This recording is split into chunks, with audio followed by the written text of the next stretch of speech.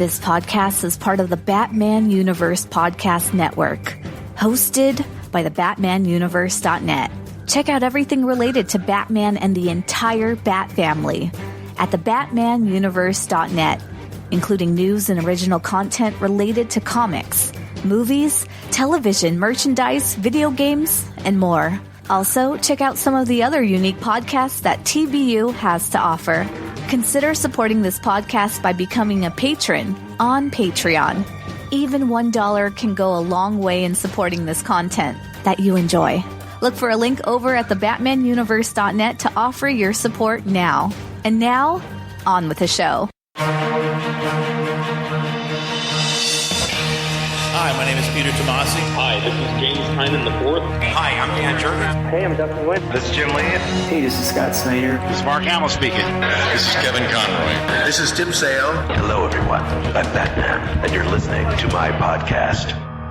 Hello, and welcome to the Batman Universe Comic Podcast, Season 13, Episode 24, Season Finale for 2021. We have reached the end of the Batman Universe Comic Podcast year, and I'm your host, Ian. And this is Steph. And this is Theo. And Steph and I are both deeply infected in the lungs, so if we have any audio issues because of that, I apologize. Hey, mine's not the lungs, it's just the throat. I am keeping it out of the lungs. For me, it's the lungs. Oh. Jeremy, stay away from Louisiana. We have enough. I will stay right where I am, but we got plenty here, too. All right, so we've got season finale segment and some news, and then, of course, 2 reviews. So let's get to it, starting with our news. We missed 2 things last time because of the solicitations dropping on Friday, and we recorded on Tuesday. The first was Batman Killing Time, a 6-issue miniseries by Tom King and illustrated by David Marquez. Tom King says it's going to be heist action fun, none of this deep emotional diving into Batman's character. What do you think about that? I think it sounds like Tom King is trying to redeem himself to the whiners who don't like what he's done so far. Which, to be fair, he seems to always be altering what he does to accommodate the whiners, and I think it's getting worse, so I don't know how to feel about it. Yeah, I kind of don't take Tom King for his word anymore, and that goes back to Batman 50. Again, I know part of it wasn't his fault per se, but still, he has a pattern now, and I just meh. I'm liking Batcat. I'm like the only person left, apparently, who does. But I think that this miniseries, I like all the deep emotional diving, and so this kind of doesn't appeal to me. Right. But I do love David Marquez's art, especially for Batman. I think he did a wonderful job on Detective Comics 1027, and he's done great stuff over at Marvel and in Batman Superman. So I think this could be really beautiful at the very least. But I'm not super excited because, as I said, I like the deep emotional stuff. So we also have Beyond the White Knight by Sean Gordon Murphy. He's changed his colorist from Matt Hollingsworth to Dave Stewart, who colored Batwoman Elegy for J.H. Williams III. And this is set 10 years in the future. There's going to be exploration of Harley's twins, who are growing up, mirroring their parents. And Terry, of course, is going to show up as Batman Beyond, and Bruce is going to break out of jail to stop him, apparently. But we all know that he can't really stop Batman. So, what do we think about the third part of the White Knight trilogy?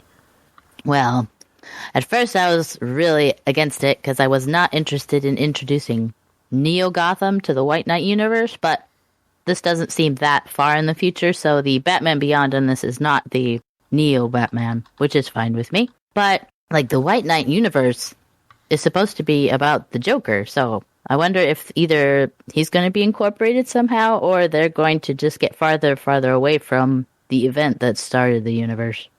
But it's just more of a curiosity thing than a disappointment. I'm okay with it.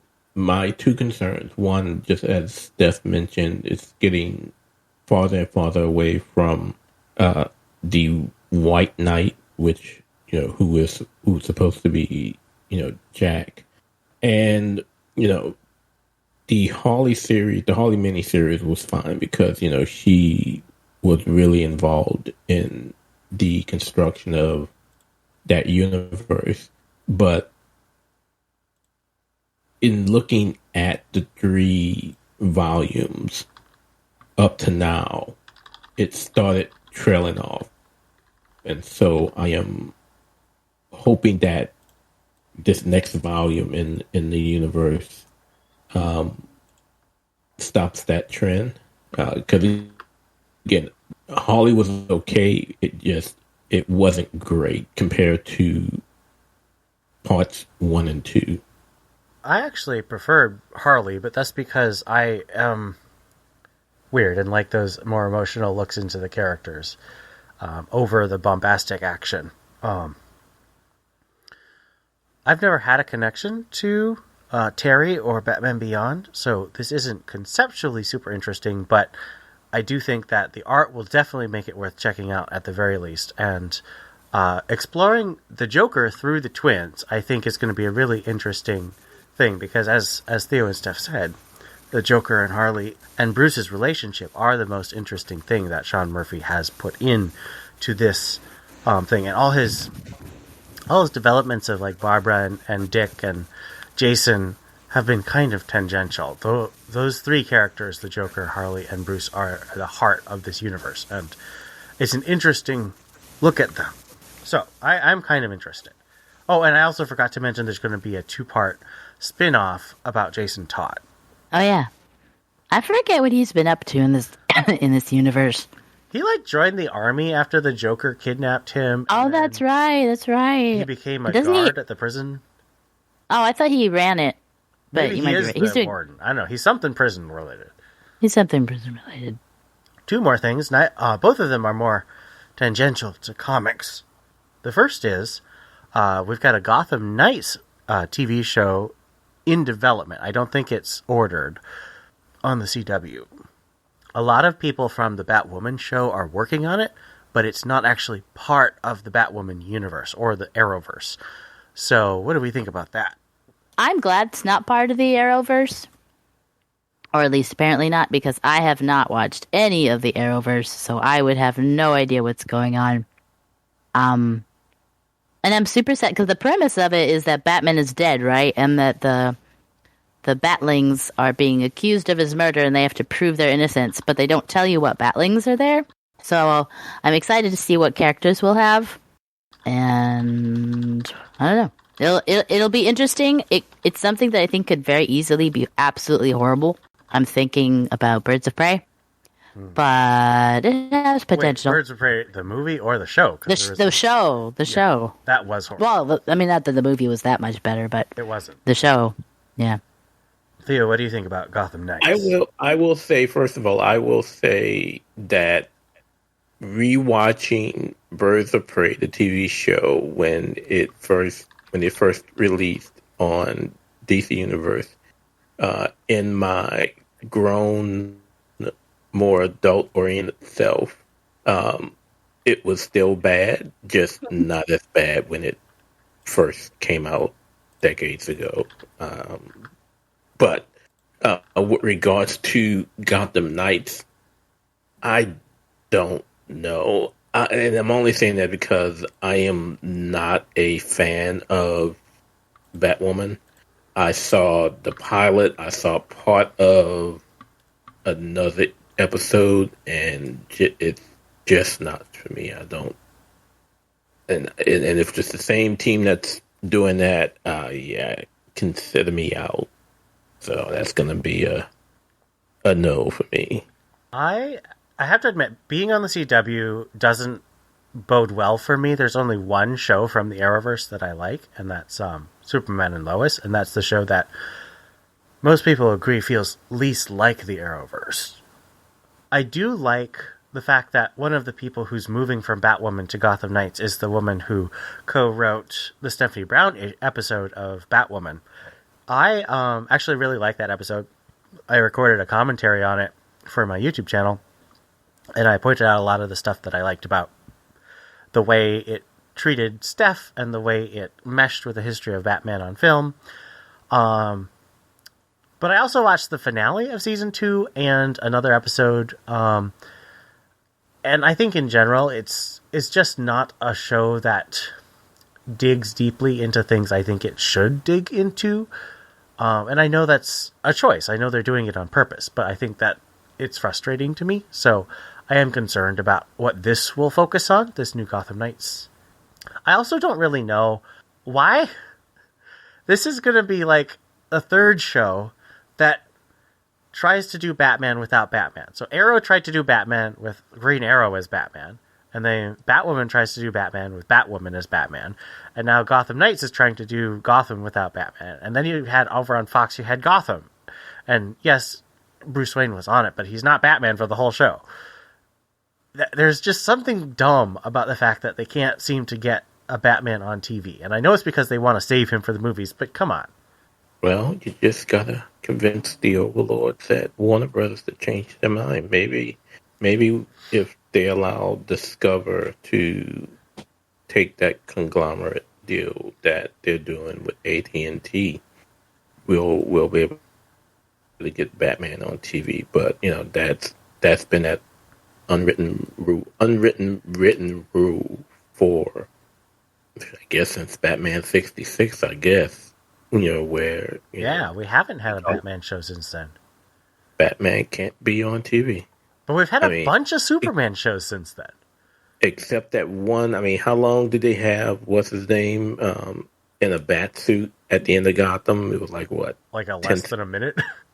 Oh, it was, I think, yeah, it was way less than that. It was if it was 10 seconds, that was 10 seconds. That was a lot. But, I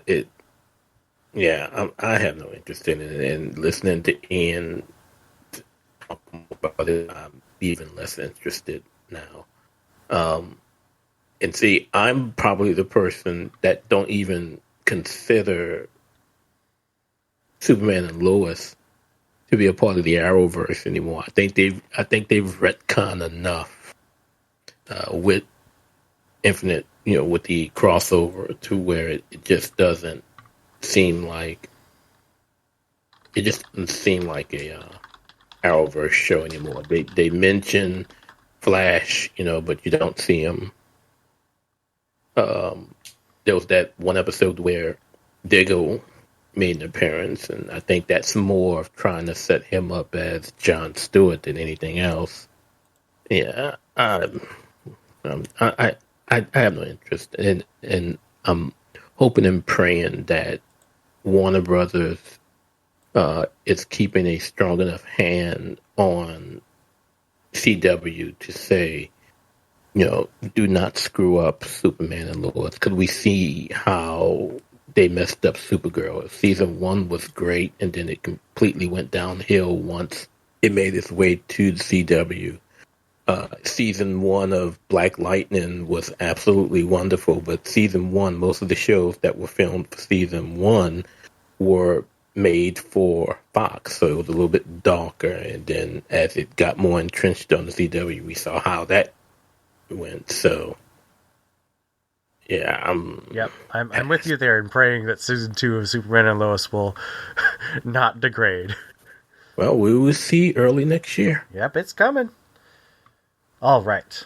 And the last thing is we had a new Batman trailer for the movie, and it was called The Bat and the Cat. It really heavily focused on Robert Pattinson's Bruce and Zoe Kravitz's Selina. What did we think of that?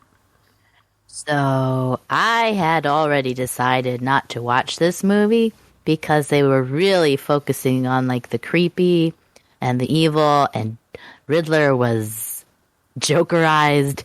Like, I was not excited, but this trailer made me excited for this movie. I thought it would. Yes, like the movie seems like it's gonna, at least according to this trailer, and trailers can lie, but the trailer really made it seem like Bruce is going to be a character in this movie. And that made me excited. And it does seem like there's going to be some Selina, Bruce, and Cat stuff. So that's I don't know. That's a little exciting. One thing that did kind of turn me off is I think there was a scene with Alfred where it sounded like maybe Thomas Wayne is going to have some dark history again. So that's a wait and see, but that was a little disappointing. I don't know. Maybe it was because I was looking at it on my phone instead of, a TV or a larger computer monitor. But for some reason, I got Zack Snyder vibes for how dark it seemed in some of the scenes. And again, some of the scenes are definitely dark just because they're in a dark alley and the lights are off. But the hue just seemed a little too dull, and unless there was an explosion going on or something of that nature. I'm still going to see the movie. I'm interested to see what they make of the Bruce Selena relationship, and I am always going to give Matt Reeves the benefit of the doubt simply because of his past history with creating some great movies. But I am still withholding judgment. I definitely enjoyed this second trailer more than I enjoyed the first. But I am still withholding judgment. Yeah, I enjoyed the trailer. I enjoyed the last trailer. I kind of am like, this is not going to be my Batman, but I'm open to it being a good movie, So I'm excited, and I keep saying this on the Discord. I'm really hoping that they release the Batman Oreos, because they released those in like England and Brazil, but they haven't released them here in the U.S. yet. What is a Batman Oreo? Oreos with Robert Pattinson's face and a bat mask on it. I do not want that. Like literally Oreos? Yeah, what? Oreos. It's a promotional We just branding thing. Oh my so gosh. Instead of the Oreo imprinted, it's going to be his face. No. We don't need Robert Pattinson's face on our Oreos. No. We can you imagine the Twilight jokes?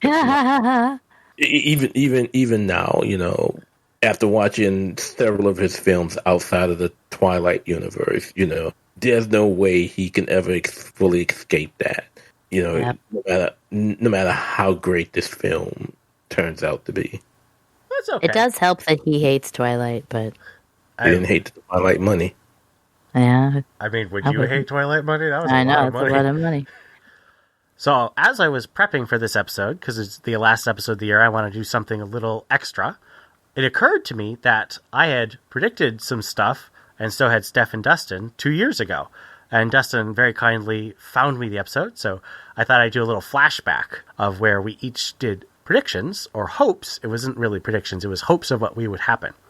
And here is what we came up with, as sort of a look back at TBU from 2 years ago and where we are now. It just doesn't feel necessary to have these miniseries. Like, why not just do something where it's like, if it is a miniseries, have it more of an impactful story.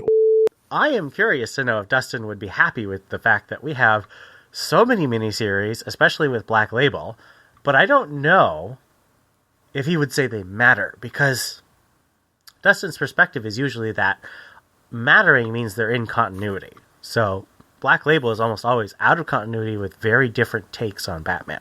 They can be really good stories, but they don't matter going forward. Nothing's going to reference them, except I think he might like the fact that we've got the White Knight universe, because those do matter to their ongoing universe.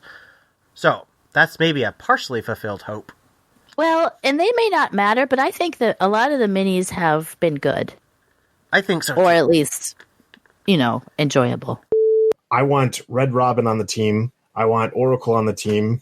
I want Cassandra on the team. Steph on the team. And maybe Huntress makes sense.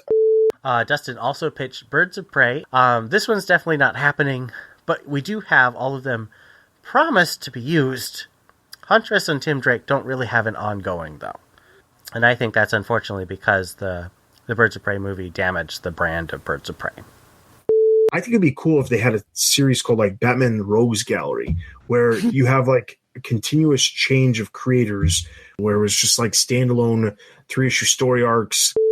We've got Urban Legends, Legends of the Dark Knight, Truth and Justice, the Holiday Anthologies, and the Gotham Villains Anniversary Giant. So that sort of already happened.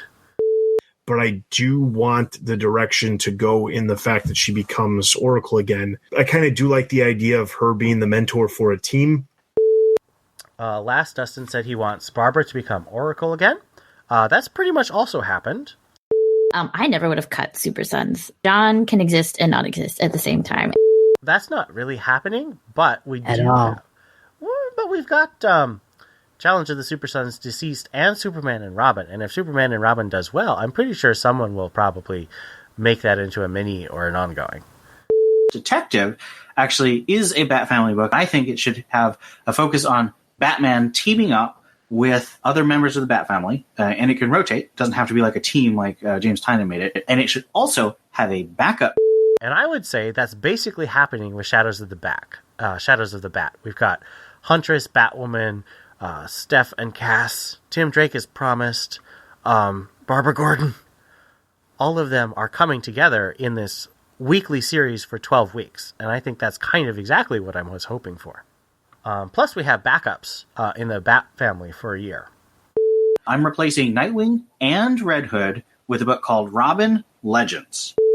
This has not quite happened, but we do have 2 Robin books a month for 6 months with Robin and Robins. The Robins miniseries is focusing on the history of all the Robins. Plus, you have Urban Legends, so that even steals half of my naming title idea. And Red Hood is canceled, right? Red Hood is indeed canceled. Yeah. Although he's in Task Force Z is basically the Red Hood title. And it's good. People should try it. Then I'd have Place Batgirl with League of Batgirls, Babs, Mentors, Steph, and Cass. And I basically got that. Now, whether or not it'll be good long term is to be determined. I am hopeful. Theo is not. But we do have one, finally, after a year. Batman Beyond I'd replace with Batman Tomorrow. And this would actually be an alternate universe because you'd have different arcs about different Robins taking the place of Batman. This actually sort of happened in that we have like a billion future Batman stories right now. We've got Catwoman Lonely City, Batman Catwoman, Future State Gotham, and the Urban Legends issue where we had 4 different stories about future Batman. And I think they're actually going to be doing a Batman Beyond miniseries next year too. So this one was overfulfilled. And then you replace Catwoman with Batman Catwoman. It would be a romantic adventure book about Batman and Catwoman. 8 months before it was announced, I pitched Batman Catwoman, though I did not think that it would go the way it has. I didn't think it would be 3 timelines, and after Batman had died in one of them. But I did pitch Batman Catwoman, and I got so much hate for that. Everyone's like, how dare you cancel Catwoman? And I will say that this was not during Ram V's run, so I wasn't canceling Ram V's Catwoman. You'd replace Harley Quinn with Harley's Sirens, which would star Harley, but it would also have other villainesses like Ivy and Selina and the Carpenter. And even though it hasn't quite been that, I would say that Harley Quinn has done a lot of Gotham City Sirens team-ups in the last couple months. Batman Worldwide, which is similar to Batman Inc., where Batman travels the globe and teams up with other heroes. And we're getting Josh Williamson taking Batman throughout the world with Batman Incorporated, so that's very interesting. Batman Before Year One, but I think that would be really cool to have a Bruce Wayne training miniseries. And we're getting Batman The Night, which is basically Chip Zdarsky doing Batman Begins as a miniseries. So that is my predictions, and by my count, I got 8 things that are happening now that I predicted 2 years ago. So I think that's pretty cool, and I think Steph and Dustin both have things that are somewhat in the direction, even if they're not quite as directly fulfilled. And so, what are our hopes and dreams for where Batman will be, the Batman universe in comics will be in the next couple of years? So I've got 3, but one of them is a double one. So my oh my gosh, I'm dead. My pragmatic prediction is that DC is done with continuity Batcat outside of the normal flirting they've been doing for the last 80 years. My contradictory fool's hope is that Batman marries Catwoman and they have babies and they're happy and they don't kill people and they don't flirt with Joker. All references to the Batcat book by Tom King, which I am enjoying. It's just, yeah, definitely not what I was expecting. my reasonable hope, as in I hope it will happen and there's reason to think it might, is that with Batman out of town and John grown up and gone, I think Damian and Selina should pair up and become the new dynamic duo, except there's much more sass involved than regular Batman. And, yeah. It doesn't have to be a series, just maybe even a single issue, but just Damian and Catwoman pairing up would make me so happy. In a main book and not some random... Urban Legends. No, it wasn't even Urban Legends. It was the Prelude to the Wedding. No, that too. No, there was a showcase. There was a showcase issue where Catwoman and Damian paired up. Really? And then my reason, I remember. Yeah, it was okay. They saved cats. And then my reasonable prediction, as in it's a low bar, with the current trend of highlighted members of the Bat family, like we have the show coming out without Batman, and with Wayne Family Adventures coming out, and now with Shadows of the Bat, whatever. I think we're going to see more young adult graphic novels about the other characters. So like Steph or Cass and Helena, Batwoman, Tim. I think we might start seeing more of them in the extra available content. Those would be really cool. We do have the Shadow of the Bat for Shadow of the Bat Girl for Cass. I'd love a sequel to that. All right, Theo, what are your predictions and hopes? I'm going to just give my one hope, and that is that DC pulls a Bendis and give Mariko Tamaki both Batman and Detective and let her take over that universe. Much like JT did, even though he was only writing Batman, he had all those other books that he was doing and that were pretty much spin-offs, and they seem to have had a Batman room again where they were knocking ideas across each other. But yeah, I want Mariko, since I can't get Brandon Thomas on Batman, just give me Mariko Tamaki on both Batman and Tech, and I'll be a happy camper. DC can continue taking my money. I could see it. I would not mind. Would that make the first female writer on Batman if they did that? I think we've had female writers for like one-shots or backups, but she would be the first regular. Yeah, she would be the first regular. Although she's also the first regular writer of Tech, right? Female writer. Yeah. Well, I can't think of anyone who is a regular. I remember there was at least an arc that what's her name did. Oh, Devin Grayson? Yes. She did at least an arc. Did she? On Detective. Didn't she? I thought she just did, was it Legends of the Dark Knight? She had a series that was Batman, but it wasn't one of the main two. It was a series created for her. Oh, it was Gotham Knights. Batman Gotham Knights. That's what Gotham. And she wrote that for a long time. So technically, she's the first Batman regular. Right, but not on Batman or not on the main book. Right. I hope that Batgirls lasts for at least 2 years. We gotta have at least as long as Steph's run. This isn't really a hope, but I think it feels inevitable. I think Tom Taylor's gonna get Batman. That would be a hope for Steph and Theo. Not necessarily. I feel like he can be a little preachy. Did you not just hear what I said? My one hope. What if it were a Tom Taylor Mariko Tamaki team up? No. Their styles are too different. That's true. They are really different. Yeah, that would not work.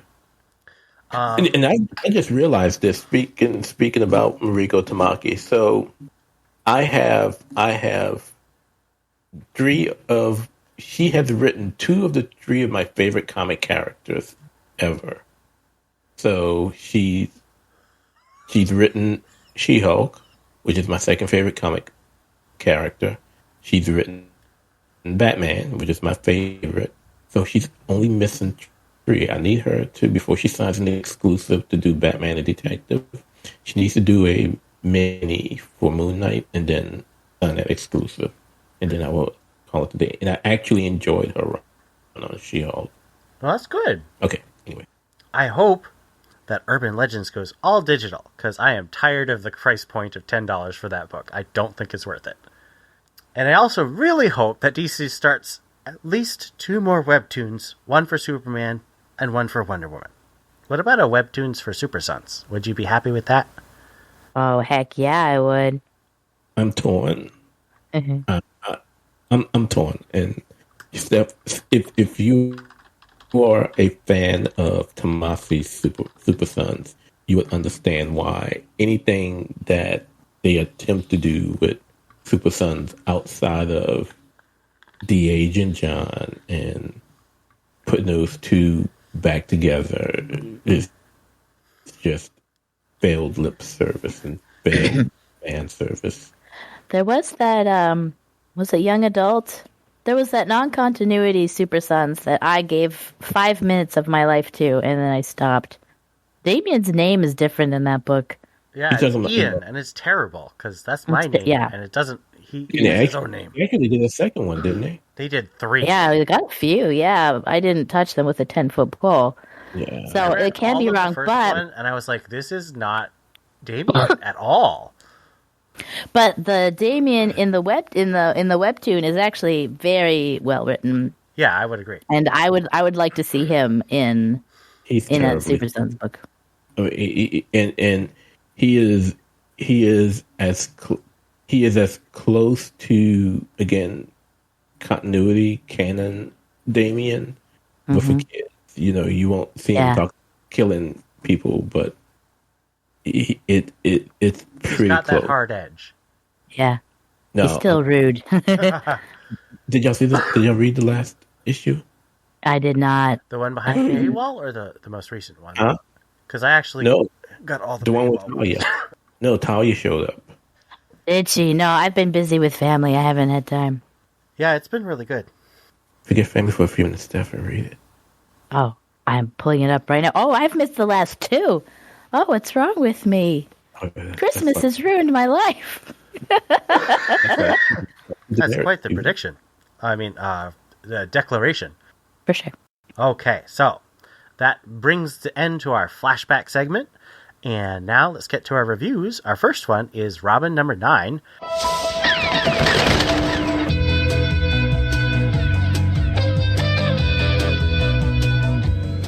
Written by Joshua Williamson, illustrated by Roger Cruz. On Lazarus Island, Mother Soul, Damien's great-grandmother, mother of Ra's al Ghul, having revealed her true plan for the League of Lazarus tournament to raise a demon to possess the greatest fighter so the League can set fire to the entire world, Damien rejects Mother Soul's plan, punching the demon in the face. But its demonic flesh burns his fist, and Ravager tells him there's no way off the island. The demon beats Damien viciously, and the young Robin tells the ghost of Alfred that he's failed, apologizing. But his surrogate grandfather reminds him what Batman's first action was, to ring the bell and call for help. Robin rises, painting a mask on his face and an R on his chest with blood, and calls to his fellow fighters, telling them they can defeat this world-ending threat together, bringing joy to Ravager. The fighters band together under Robin's expert leadership and manage to defeat Mother Soul's forces and rip the demon's head off with Respawn's chain. Though the heroes and anti-heroes regroup after their victory, Mother Soul flies into a rage and vows to teach Damien a lesson, surrounding him with green fire, after which he finds himself in a desert, meeting a young Ra's al Ghul, traveling with his wife Sora and Mother Soul. So, what do you think about Mother Soul's plan and Damien's revelations about himself and Batman in this issue? Well, the evil plot was kind of straightforward and not very interesting, but that's not why we're reading this book, so I'm fine with that. I guess it's basically a farewell, like Damien's last moments with Alfred, because you kind of get the idea that Alfred's gone now. He's no more with Damien, and that was just so sweet. And they took their time with like that. Like that's something that Ian read in a couple sentences. That's a good, I don't know, quarter of the book is Alfred talking to Damien. It was very sweet, and it was a wonderful exploration of how much Damien is like Bruce, and there was a lot of Batman Year One references, and it was very wonderful and lovely and beautiful.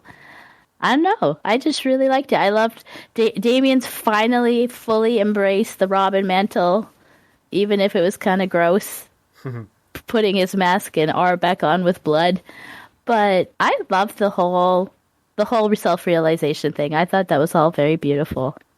I was mentioning earlier that, as much as I want Alfred back in continuity, that if he was hanging around much like he did in this first arc with Damien, I would be A-okay with that.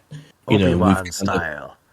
We've kind of seen that a few times in some of the other issues, especially in Batman 98. Where, he brings Bruce back. So if we can't have Alfred in real life, comic wise, having him in this mode would be definitely okay with me. And I'm definitely okay with that. Yeah, I think that I agree with Stefan and Theo here. I think Mother Soul's plan is it's basically just Raz's plan, only maybe more violent, maybe. But I do, Year One is my favorite comic ever, period, of all kinds of comics, like Batman or not. I think it is a masterpiece. And it's so well woven into this book. Like, it shows that Damien has learned from Bruce, and it shows that he remembers the bell. And that calls me back to one of my favorite Damien stories, Robin Son of Batman, where his brothers come together to save him, the end of the first arc. And here you have him leading of his own will, and he's learned from being a Teen Titan, leading the Teen Titans, and he's learned from his struggles with Deathstroke. He's learned how to work with people and how to evaluate people's skills and put them to best use. So I thought that was just really well done. Good integration of famous things in a way that doesn't feel cheap or easy. And I think the message that Damien shouldn't be alone, Damien shouldn't be solo, and that Batman is not solo either. I think those are things that more people need to remember. Batman is a character with a family who's trying to rebuild a family that he lost. And I think that's just thematically so important to Batman. Well, I think two things. One, with what you just said, I took that, and again, this is a hope. If we can add that to the list, that that this idea that Robin doesn't have to be alone, Batman's not alone, is that we hopefully will get another Batman and Robin again. I know a lot of people have asked for that. But I think also what Damien realized with regards to learning from his father and what you were mentioning in that piece, but I think he's finally accepted and understands he's not the cause of Alfred's death. Because that was the biggest weight on his heart, ever since City of Bane, and as he left the Titans and everything, and how we got to this point. So now we see he's gone into this realization. I think he's finally forgiven himself, to understand you're not at fault. Bruce told him, hey, you're not at fault. And that wasn't enough. But I think he now realizes that he really wasn't at fault for what happened. And that was, again, touching moment. It was very touching. How does Roger Cruz fill in for Gleb Melnikov as artist? And apparently he's going to be sort of an ongoing. They might be rotating, or he might just be the new artist. How do you think he fills those shoes? I think I like the other artist better, but this was definitely similar enough, and it did a very passable job. Like, there's nothing I would necessarily point out and complain about. I thought it was similar enough that it flowed well, but I do think I like the other one better. I will be quite honest. Had I not seen the question in the show notes, I would not have even known that it wasn't Belinikov doing the art. That's how similar I see the two. So again, it was pretty close. Like I said, I didn't even realize it wasn't Gleb until I saw the question pop up in the show notes. Well, this is a really good point because Gleb, there have been 2 fill-in artists so far, and both of them have worked really hard to stay on model with Gleb's designs for Robin, the way he draws Damien's face, which is really distinctive with the strong brows and the big eyes. And so I think it's good that we have this template, and I think Roger Cruz did a really good job, so I don't have a problem with that. I do think Gleb has more flair, as Steph says, but I am disappointed because I do like keeping an art team, but if we have to have a new artist, Roger Cruz seems like a good new artist. Where would you like to see the story of Robin go from here? What do you want Damien to accomplish? And do you think he'll ever get back to Gotham? And should he? Yeah. The problem with time travel stories is that there's always a problem with time travel stories. So I wonder if this is really more of a dream. I don't know. Because if you change the past, especially your own past, you might not be born unless you were always meant to be there, in which case you're not going to change anything. No, you have to take the Marvel model. What's the Marvel model? In the Marvel model, the past becomes your present, and your present becomes your past. Whatever. Okay. I don't know. I mean, like, what do I hope happens? I hope the book stays good. That's all I care about. Again, if Tamaki wants to tell a zombie story, I'll listen to Tamaki tell a zombie story. So if this is going to be a good story, I'll listen to it. I don't care what it's about. It'd be nice if we continue to get some character development or at least some character exploration. So maybe it'll focus more on Roz and how he became who he became, maybe. I don't know. Maybe we'll have a young Guru Roz, and then I don't have to feel quite so icky about liking Grandpa Roz. I don't know. We'll find out. Like Grandpa Roz? I already like Grandpa Roz. I said you will always like Grandpa. I will always like Grandpa Roz. That's true. I'm going to answer the last question first because it's the easiest for me, only because I am bad enough to read solicits when they come out. It's to know that at some point Damien is going to be back in Gotham. But where do I want him to go next? I want him to get out of this whole past thing. Hopefully it is a dream like Steph mentioned. And I need for him to go and find Maya so that they can patch things up and be buddy-buddy again. That's what I would like to see Damien go, at least with this series. Dang it, you stole my thing. before returning to Gotham. I want him to patch things up and be buddies with Maya again so bad. I loved that Robin Son of Batman series so much. Yeah, I like a lot of these new characters. I like the way Williamson's writing Rose. I like Flatline. And I'm okay with Damien Flatline shipping. So, I don't know. It feels like... Take that back. What? Take it back. No, I won't. I ship them. Take it back. I would no longer... Stop shipping the children. He's like 13. It's fine. He's 14. I think he's still 13. I think DC is keeping him 13 like they kept Tim 16. No, he definitely had a 14th birthday. Oh, no, you're right. You proved that you were right. He is 14. Yeah, See, that's even better. Stop shipping the children. Well, you see, they're the same age. It's not inappropriate. Well, and you know that whole Damien's 14 now was DC's way of saying, well, technically, he and John have the same age difference in reverse. Oh, interesting. I hadn't thought of that. You're right. Because remember, in Teen Titans, Damien was 13, John was what, 10? 10, yeah. And so now they say, oh, we just reversed the roles. Oh, shut up. Okay. I think he will go back to Gotham. I'm curious. I feel like he's more of a visitor in Gotham. I don't think that Gotham is Damien's home at this point because he doesn't spend much time there. He's definitely dropped out of Gotham Academy. Well, yes, but he was only enrolled there to find the diary. Do you think ripping off the demon's head is a bit too literal? I'm fine with that. I enjoyed it. It's good teamwork together. I'm fine with that alliteration. If you're gonna be blah blah blah demon's head and then your demon's head get ripped off, I think you set yourself up for failure when you call your stupid organization that. I liked it. It was very satisfying. It was very violent. His green blood was very appropriate. Yeah, I didn't pay too much to it. It was what it was for me. I just thought it was kind of hilariously literal.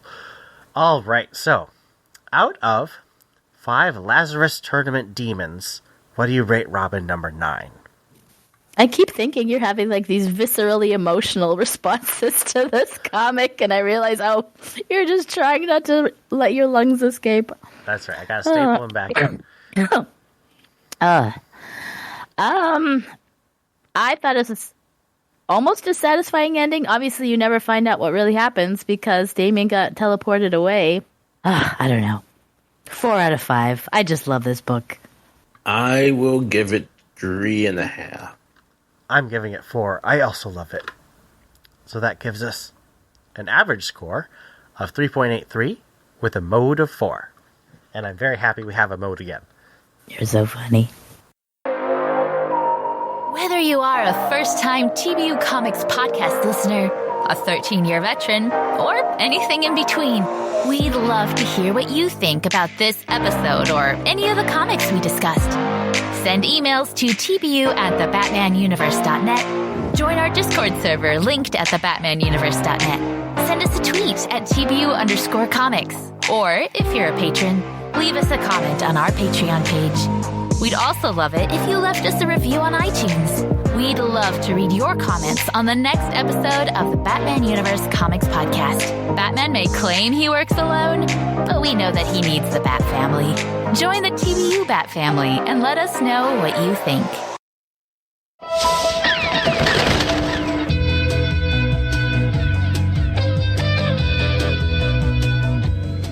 Detective Comics number 1046, story number 1. Out and Gone, written by Mariko Tamaki with art by Dan Moore. A silent alarm is tripped at the Prestige, a complex in downtown Gotham that is home to mostly members of the mob. Oracle picks up on the silent alarm, and Batgirl signals she's going in. Standing amongst the dead and dying bodies is Anna Volshin, who takes pride in her work. As she heads to the basement garage, a bomb goes off on the upper floor, sending rubble towards the pedestrians on the street below. Fortunately, Batman is there to rescue them, shielding them from the disaster. In the garage, Anna Volshin continues her route of terror as she stabs a valet. As she gets in the car to leave, she's confronted by Batgirl. Steph attempts to take out the vehicle that Anna is in, but is distracted by another bomb going off in the garage. Volshin's car heads towards a pedestrian, but Batman is there to make the save, and then he uses his grapple gun to take out the speeding vehicle, flipping it onto the street. The chaos is finally over. Back at HQ, Batwoman and Barbara are discussing the earlier events and how it was possible that Anna Volshin was on the streets. Babs relays that while the murderer is currently in Blackgate, she'll be heading to the new Arkham facility once it is open. Elsewhere in the garage, Steph and Helena are having their own conversation about the recent events when Steph reveals that Batman is about to leave Gotham as a result of the events with the Magistrate and the Scarecrow as seen in Fair State. Suddenly, Helena is distracted by a vision of someone being attacked. She takes off to help, with Steph following her. At Gotham City Hall, Dr. Chase Meridian has arrived to meet with Mayor Nakano. He wants her to work for him as his eyes and ears on the new Arkham project. He doesn't want the mistakes he's made with the Magistrate to occur again. While the new project will have its own management team, she will be responsible for assessing that management team and determining if the trial project will move forward or not.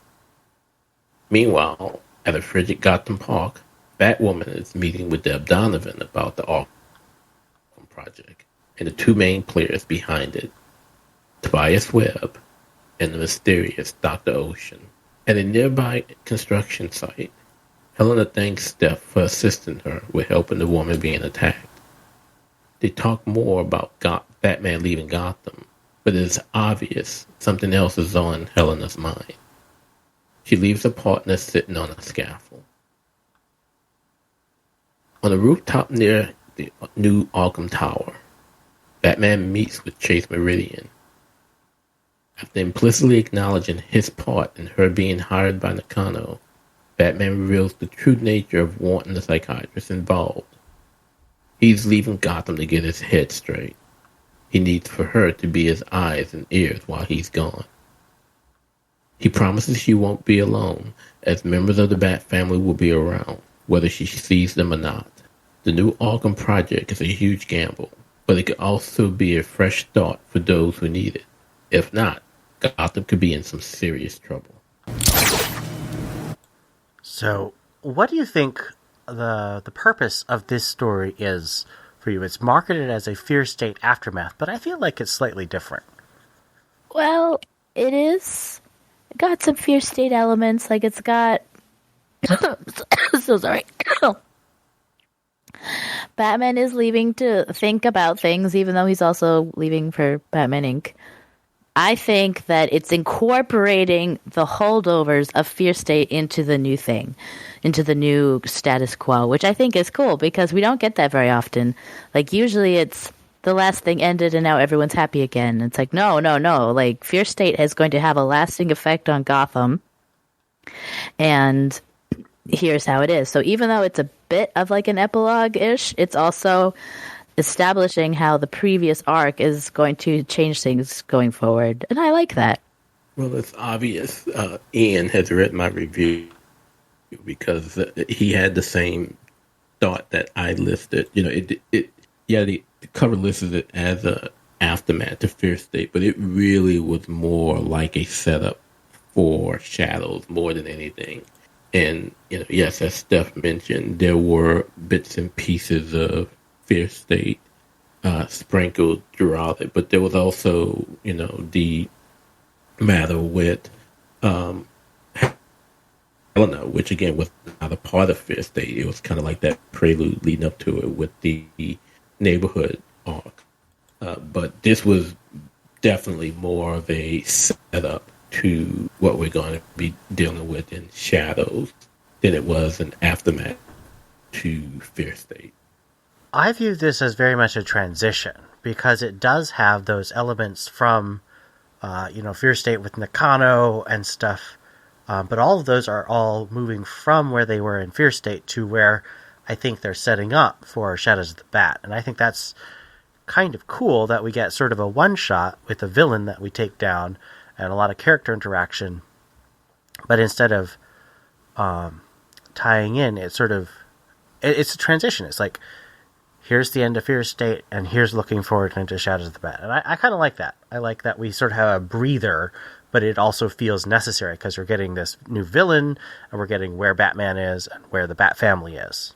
I'm happy you confirmed that because I could not remember, and I searched and dug in the wikis and everything on whether or not... Oh, for Anna? Whether or not me she too. was a new villain or not. Yeah, I was like, what, is this... Because she feels like a good addition to Gotham. She feels like the kind of villain you would have. But right. She's new. That's the mark of a good villain, is she feels like she fits, but she's new. Yeah, I was like, this... It feels normal for Gotham, the pages of a Gotham book. But I was like, I don't remember her. Let me see. No, you're right. Going to type in she's new. Nothing. I resent that she has purple hair. Just because you have purple hair doesn't mean you're a villain. But it's a different shade of purple than yours. I suppose. What was your favorite part of this story? Are you asking that? I know what you're going to say. Yours. Well, of course. I know. Everyone knows what exactly what you're asking.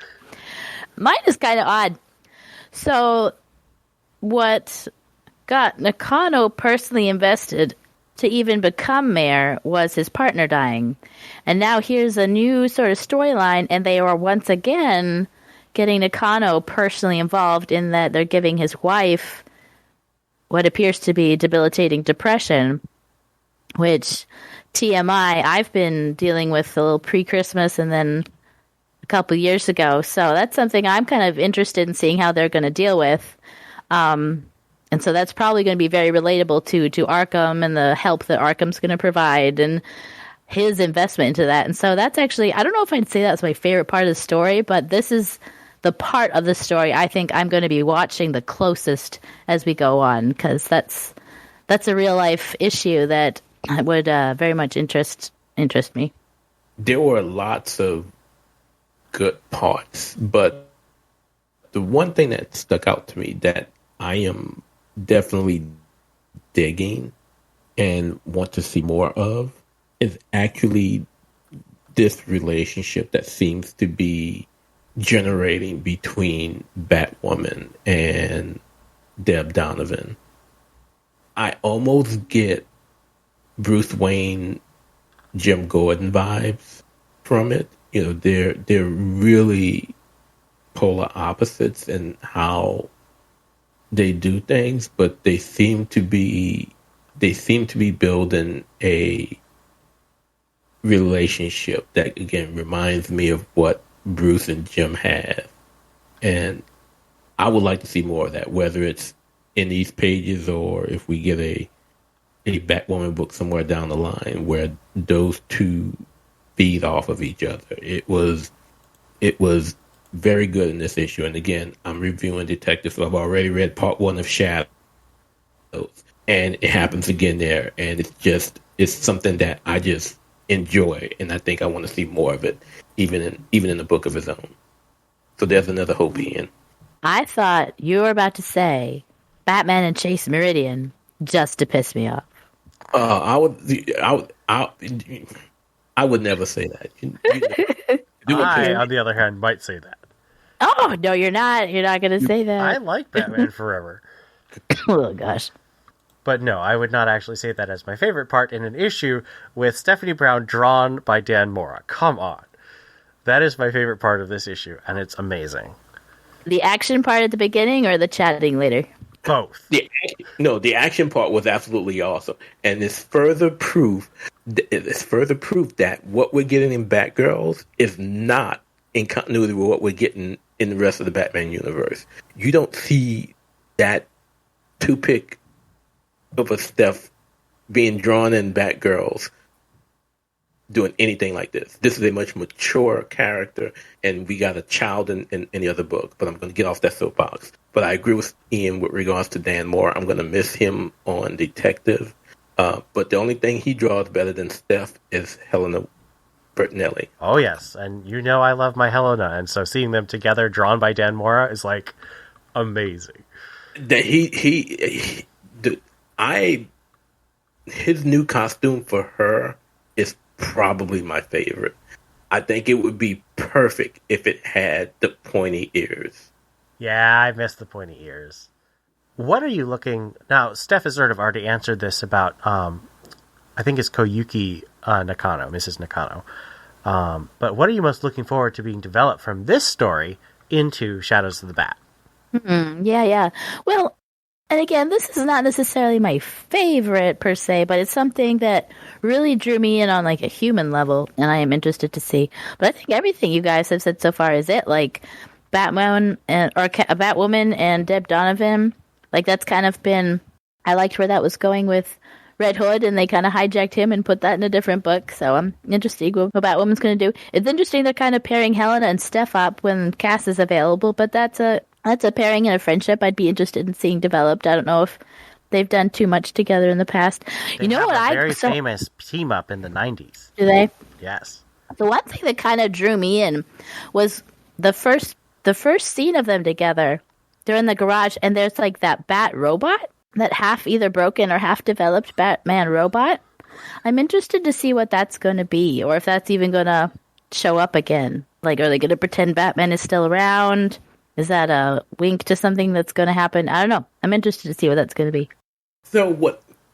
and again, I don't want to say too much because, again, I'm continuing my reviews of Detective going into Shadows. And I don't want to give too much of what I've already read and my thoughts of it. But what I'm seeing with what Mariko Tamaki appears to be doing is almost what we should have gotten with Heroes in Crisis, with the exception that it's more involving, the patients of Arkham Asylum. I mean, we're going to see, not spoiling, because we've seen touches upon it in the most recent books already, with regards whether it was the Detective Annual where Dick and Bruce are arguing over the mental health of the inmates of the asylum, or even in this issue where we're dealing with mental issues. You can clearly see, not just with Nakano's wife, but you can clearly see with Helena that things just aren't right with her. And you're going to get a wonderful story that touches upon a lot of stuff that people don't always feel comfortable talking about, particularly with regards to mental health. And this story might be coming about at the right time, considering what's going on, and I'm excited for what's going to be happening beginning next week. I think I'm most interested in sort of what Theo's talking about with Huntress specifically, because after Steph, Huntress is definitely my favorite purple colored vigilante. And I really liked what she did with Huntress in the first couple arcs of Detective, especially with that backup where she was doing detective work, and seeing her really struggling with the fallout of that storyline and seeing her going forward. I think that's where I'm going to be most invested. I want to know, what is Helena doing? How is she doing? Is she getting better? Is she kicking butt like a Huntress? And what's your favorite Dan Mora image? Like one image. Oh, you're so horrible. I know. I need clarification. Are you saying from this issue or from just this issue? Hold on. Knee-jerk reaction, it would be the cover. Because that cover preview had been out for months, and I've loved it ever since we saw it. I guess the last one was pretty cool, where his cape is fluttering like crazy in the wind. Classic Kelly Jones cape. Yeah. I'd say it's maybe a tie between the last image and the first one. Or the cover. I am going to make Ian a happy person and say the page where Steph is jumping on the car in pursuit of Anna Volshin. I mean, just the action that goes from when she steps on the hood, flips on the top of the car, and lands behind it. It's just absolutely beautiful. So that was the best of this issue for me. I'm going to say that too, because it was just so beautiful. The vivid lines that Dan Mora always does so well, and also the colors that Jordi Belair did. It's just such good contrast with the red of the Lamborghini and the purple of her and the bright lights. Like, there's some really great washed out light effects that Jordi Belair creates. I am going to miss them both on Detective. I know Jodie is still going to be around in the Batman universe, but those two together and the work that they've done since they teamed up with Tamaki on Detective has been just a thing of beauty. But this is a great issue to go out on, I would say. Oh yeah, most definitely. Do we know what Dan Mora is doing now? Yeah, he's on Batman, Superman World's Finest. Oh, yeah, that's right. I'm so happy he's staying in DC, though. Yeah. Did you guys catch the grandma character from Once and Future showing up for a panel? No, I didn't read it yet. Why are you spoiling stuff? She's the first character you see in the comic. It's not a spoiler. Which one? Yeah. The old woman in the first part of the comic. You have to read which comic?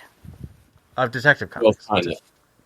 Oh, wait, of Detective Comics? Wait, hold on. No. It's the same as what? As the grandma from Once and Future. What's that? It's the other series that he's drawing right now. I don't know how he does it. Oh. Let's see. Oh, that is Bridget. It is, right? Yeah, it is. Hey, Bridget. Look at that crossover. Hilarious. I wonder if DC figured that out. Don't tell them. Bridget, damn you. That's like, I have no idea who she is. Y'all just talk alone without me. All right. Let's move on to our backup. We have to. Let's make it quick. All right, story number 2, Foundations, written by Stephanie Phillips, with art by David Lapham. The New Arkham Tower stands trial. Its fate lays in the hands of an old man, a former asylum patient, who doesn't want the evils he experienced to have a chance to live again. The tower bearing the Arkham name must be destroyed. For the defense is Harley Quinn, also a former patient inmate who claims that the new tower can't be condemned before it even opens its doors. The Honorable Batman presides over the case, but something doesn't seem right, however. How can this be real? Batman awakens to find himself hallucinating under the influence of the fear toxin Hugo Strange has stashed under the floorboards. The trio are still standing on the construction crane overlooking the tower, arguing over the merits of allowing the tower to stand. As Batman and Harley continue to talk, the old man heads into the crane and releases the counterweights, causing it to lean towards the unfinished tower. Batman sends Harley to stop the old man from causing any more damage as he jumps to secure the crane from crashing into the tower. As Harley tussles with the old man for control of the crane, they both lose their footing and the old man falls from the crane, his death almost certain.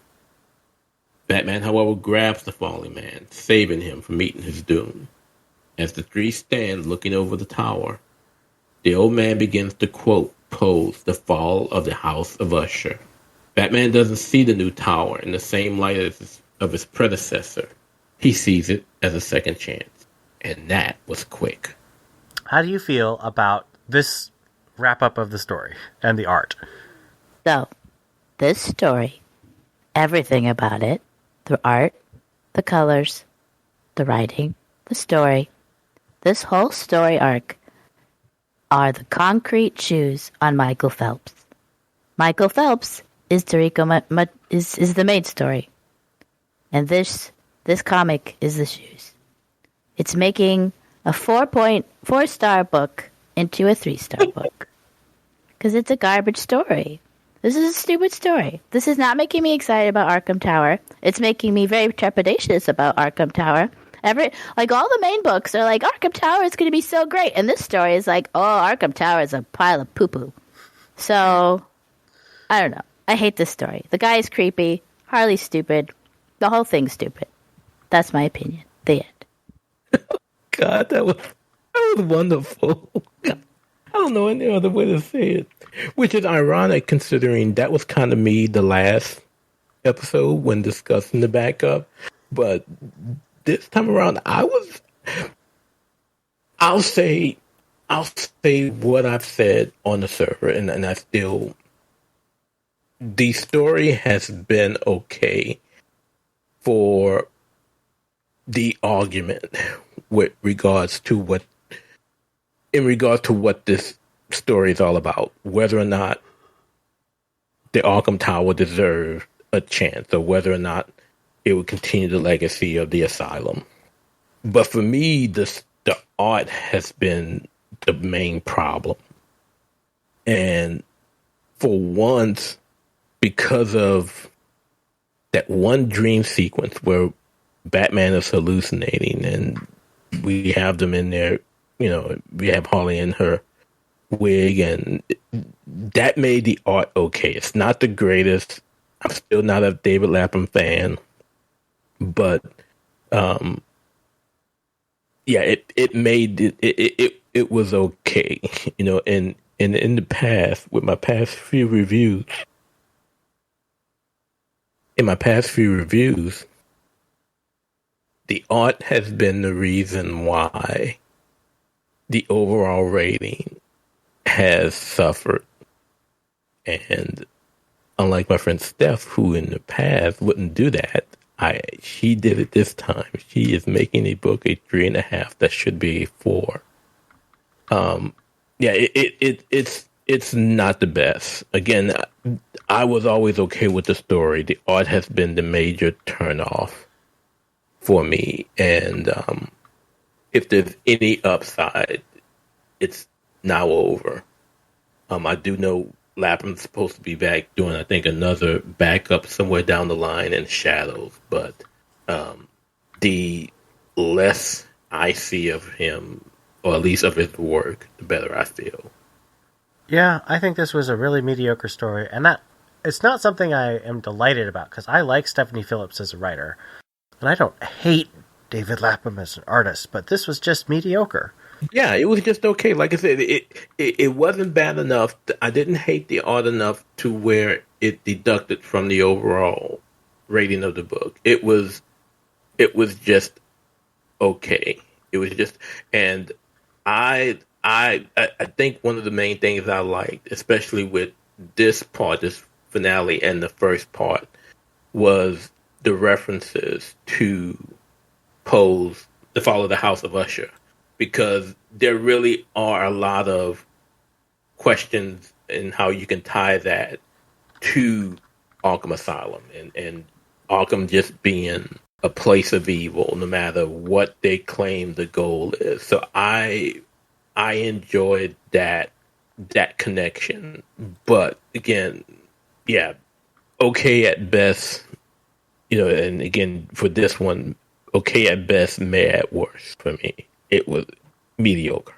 All right. Out of 5 Huntress visions, what are we going to give Detective Comics 1046? Yeah, I was willing to give this a 4, but the backup is just poo-poo. 3. I'm going to give it a 3. Such harshness. Wait, you went from a 3.5 to a 3? I never said 3.5. I said, I just said a point lower. And I'm going to give it a 3 because I really hate this backup. And like you said, the best thing about it is that it's over. Yes, it is over. I actually gave the issue a 4 because, again, the story was the backup story. The writing was always okay to me because I thought there is a story to tell as to whether the Arkham name, not just the place, is just pure evil, and no matter what is built, as long as the Arkham name is tied to it, it's gonna be problems. I'm okay with that storyline, and again, the art was, again, for that one scene, because of the dream sequence, it made it okay with me, and so I gave it a 4 on the website, and I'm gonna stick with that. I am also going with a 4. And that gives us a total of 3.65 with a mode of 4. 2 modes of 4 today. That's good. That's a good score. Only for the mode lover. That's correct. All right. So, let's get to our Greater Gotham with our thumbs up, thumbs down, neutral, or abstain.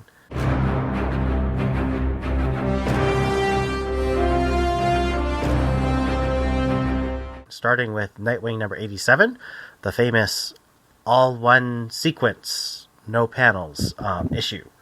Thumbs up. It was cute. 2 thumbs and 2 big toes up. I guess I'll give it a thumbs up. It was okay. Dude, it was really okay. If somebody can send me a second copy, I would really like to take it apart and stretch it around my office. If anyone does that, I would like to see a picture. Somebody posted a picture. I put a picture in the server. Yeah, but I want to see you guys doing it. I don't want to see a picture of someone else doing it. Gotcha.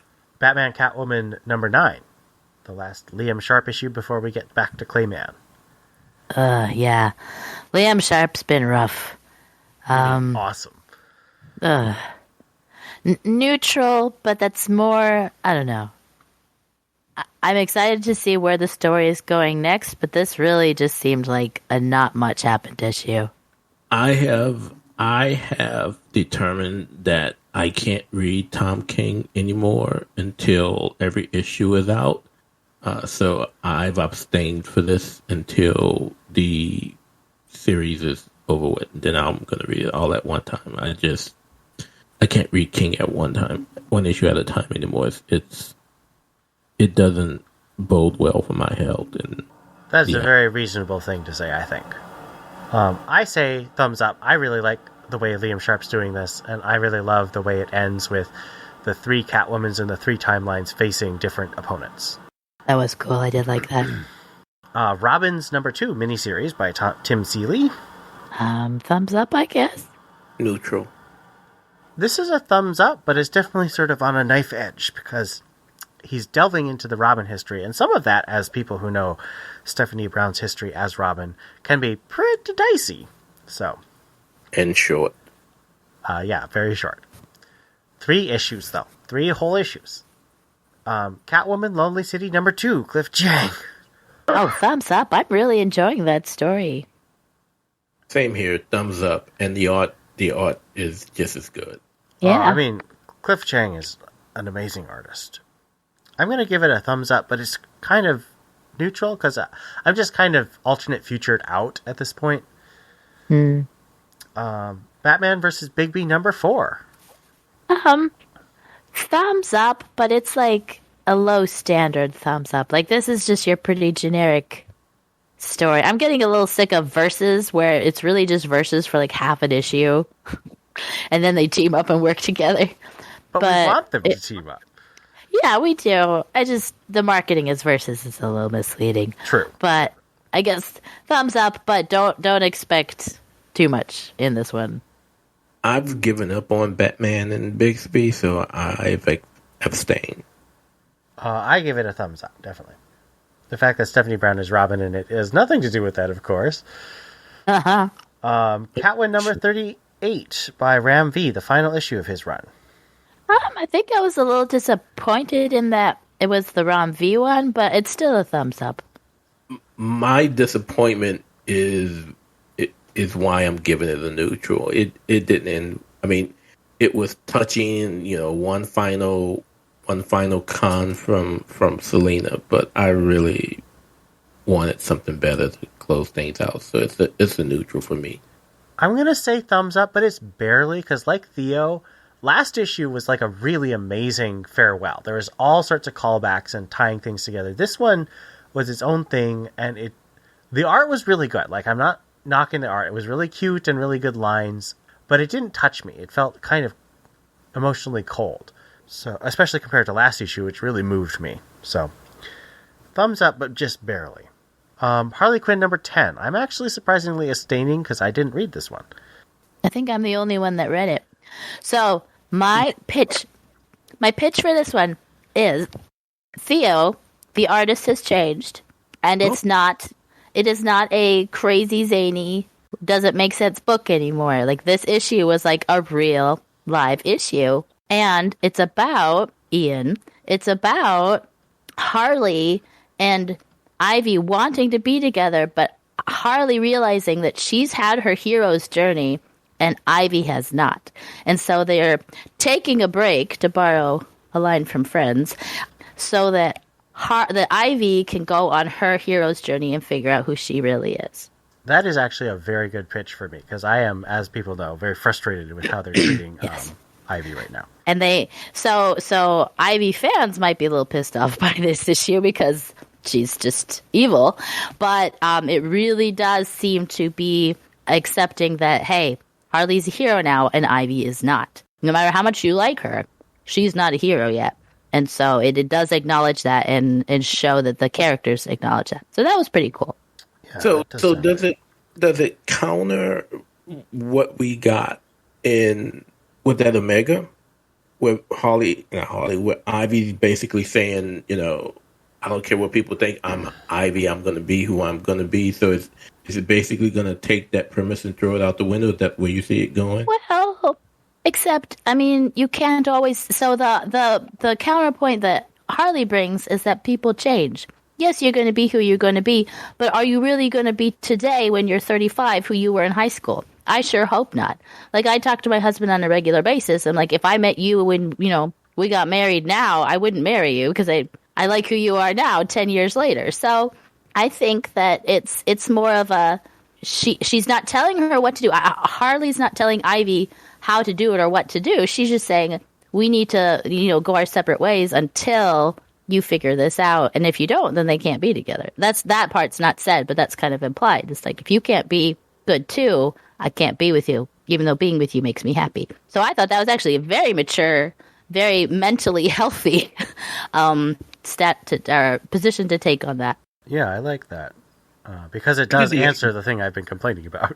Who did the art? I think it's Laura Braga. Oh, okay. I didn't really like Harley's design, but I think it was more the dress and the makeup and the hairstyle she had. So it wasn't so much the art, it was the styling I wasn't a big fan of. But she's Harley, she can do what she wants.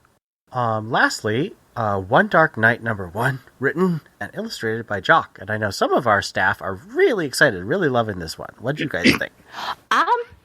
It was a good setup. Like, it definitely was just a setup issue, but man, did it set it up. Like, I am excited to see what happens next. It raised the stakes, it set the scene, and I'm very interested to see what's going to happen next. This is such a good Batman story. I can see them turning this one into a movie.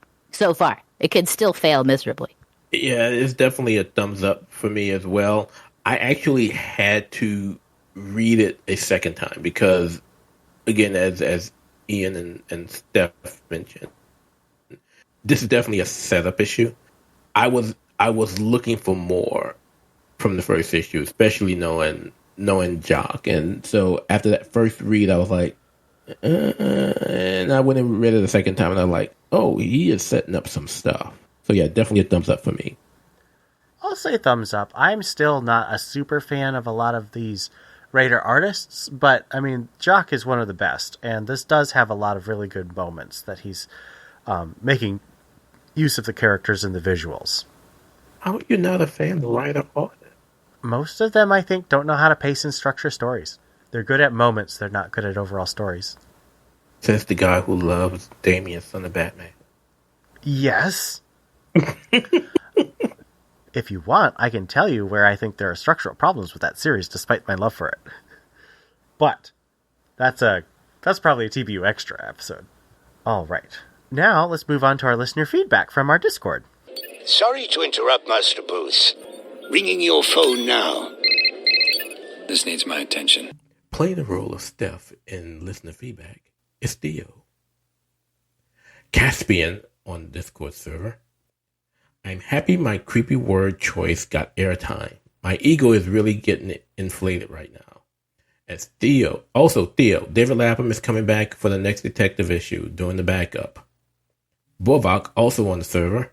Hey, I know it's obvious, but I just realized that I should appreciate the fact that you guys on the podcast and in the site reviews get review copies and yet manage to avoid being shills that just say everything is good. I'll take you guys over one of the corporate shill comic book hype websites any day. Thank you for that, Bovak. Yeah, as everyone could see from last episode, we definitely will call out our personal misgivings on anything that we feel taken back about. Yeah, I don't think poo-poo is an officially sanctioned DC descriptor of their comic books. Yes, because as you can see, poo-poo was used several times in this episode. Delaquiso on the server. Yeah, I agree. Ever since I started listening, I like that you guys explain what you like and what you don't like, and don't just say something is perfect or awful. Even if I thought Bad Girls had an intriguing start, I loved the art. Shots fired. But it sounded like something was missing. I don't know. And then our good friend, the professor, who's been on the show a few times. I think the balance that gets struck on the podcast is actually remarkable. It's so difficult to walk a line between the toxic negativity we see in almost all fandoms, and the slavish worship on anything the company puts out. I used to listen to a Star Wars podcast that adopted a no negativity rule as its major theme, but it got super frustrating because the host essentially refused to criticize anything coming out from Lucasfilm. And it's more like, come on, no one bats 1,000. This pod does a good job as any of walking the line. Kudos. Thanks a lot, Professor. Yeah, that's a lot of really nice comments. And I really appreciate the community we have on the Discord. So I do want to encourage everyone to join our Discord server, give us some feedback, let us know what you're not liking, because we're always interested in improving our podcast experience. We're also looking for reviewers. A lot of the people who you heard in comments there have done reviews in the past, and you are always welcome to join our review staff. I myself started out as a reviewer. Theo, did you start as a reviewer, or did we get you as a host first? I cannot remember. It was about the same time, I think. It's one of those chicken and the egg things. But I definitely started out as a reviewer. I started out on Batman and Robin Eternal in 2015, so I remember that very well. But if you want to join, there's lots of comics coming up that we need reviewed, and if you can chip in and write for the site, we would love to have you. As an incentive, or rather, the main thing is you get early looks at comics, and you can read them sometimes weeks before they get released, and it's actually kind of cool. Unless your name is Steph, who doesn't like reading them at all because she doesn't want to get spoiled. Well, no. I just don't read them before I don't read before. I don't read things that we're not going to talk about yet on the cast. Yes. Because I don't want to be spoiled. Steph is a good girl, and I'm a bad boy. Theo's a bad boy. Yeah, Theo reads everything he can. By the way, Steph, you got to read part 1 of Shadows. It's so good. Of what? Shadows. Shadows are the bad. Oh, so the tech we just read was not for part 1. It was just set up for part 1. No. Olog. Okay. Yep. Oh, it's so good. I think it is so good. I'm very excited. Yeah. How's Theo doing? Do you have to go to therapy now that you have to do 1 book a week? Well, I've already started on part 1, and as soon as I finish part 1, I'm going to start on part 2 because the first 3 parts are available. I am going to try to stay as far ahead of this as I possibly can. Cause, that's a good idea. Because when you're working on a PhD, that can really take your life away.